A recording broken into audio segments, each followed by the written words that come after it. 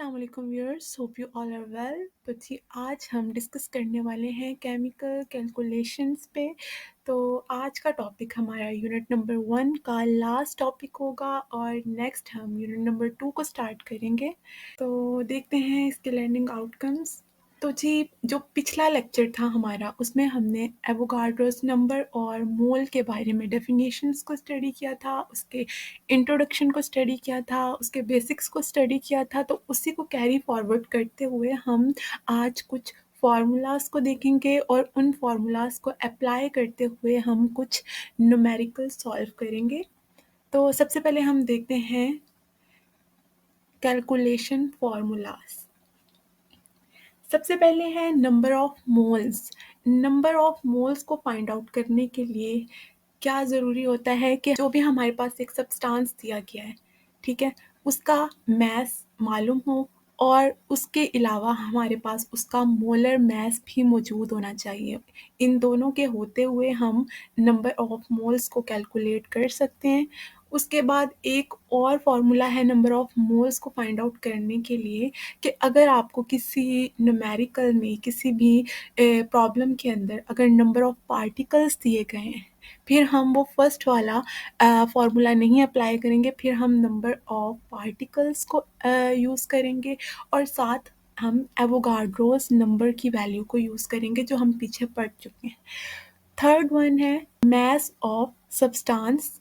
तो अगर हम किसी भी सब्सटेंस का मास मालूम करना चाहते हैं तो उसके लिए ज़रूरी होना चाहिए कि हमें नंबर ऑफ मोल्स मालूम हो और हमें मोलर मास मालूम हो।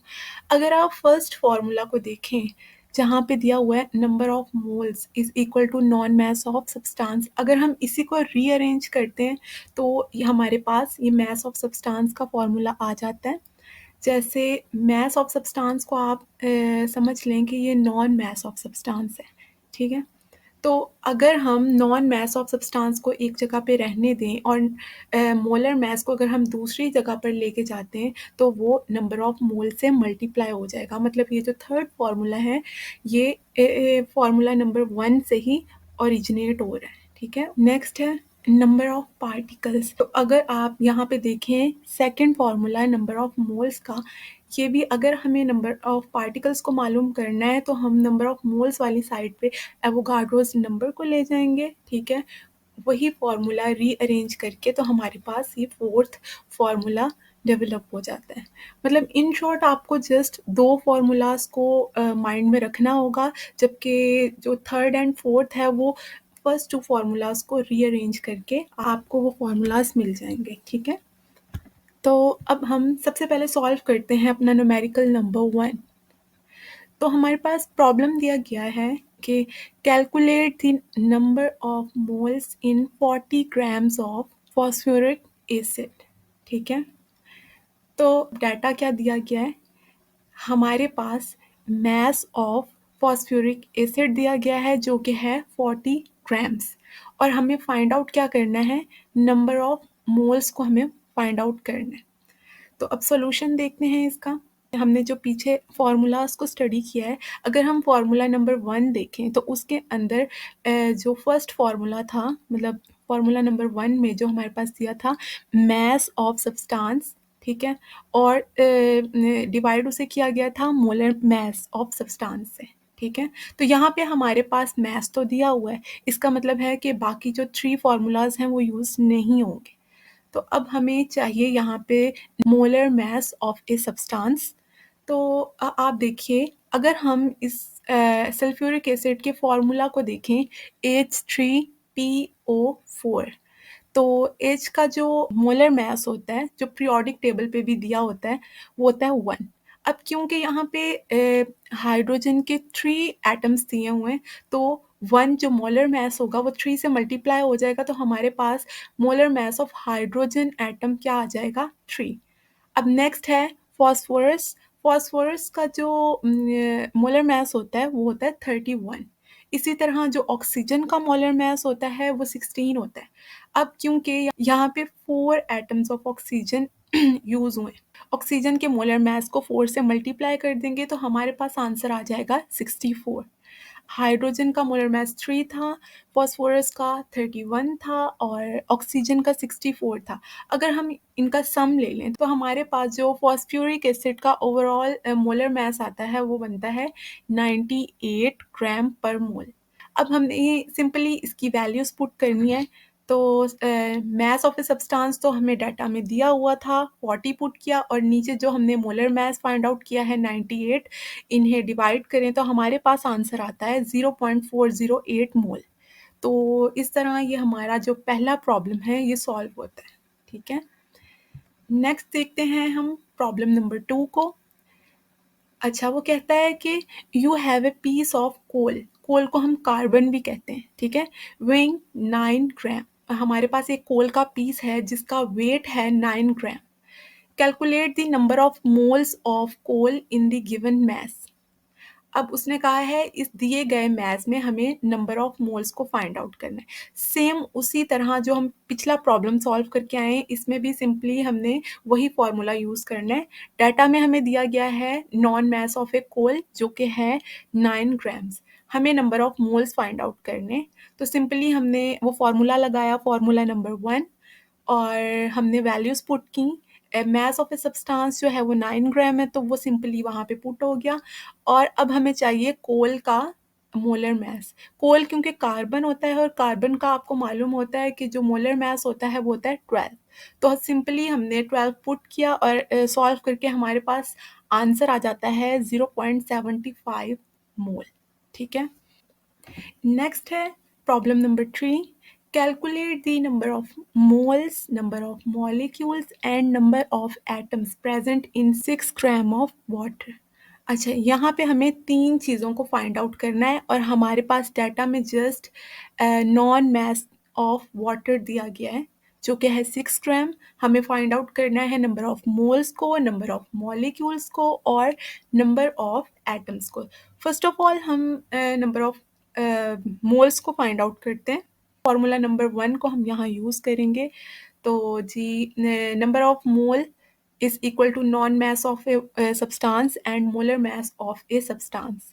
अब नॉन मास है 6 ग्राम, 6 हमने सिंपली पुट किया और मोलर मास को फाइंड आउट करने के लिए हाइड्रोजन का मोलर मास होता है 1, और क्योंकि 2 एटम्स यूज हुए हैं वाटर के मॉलिक्यूल में तो इसे मल्टीप्लाई किया हमने 2 से तो मोलर मास हो गया 2।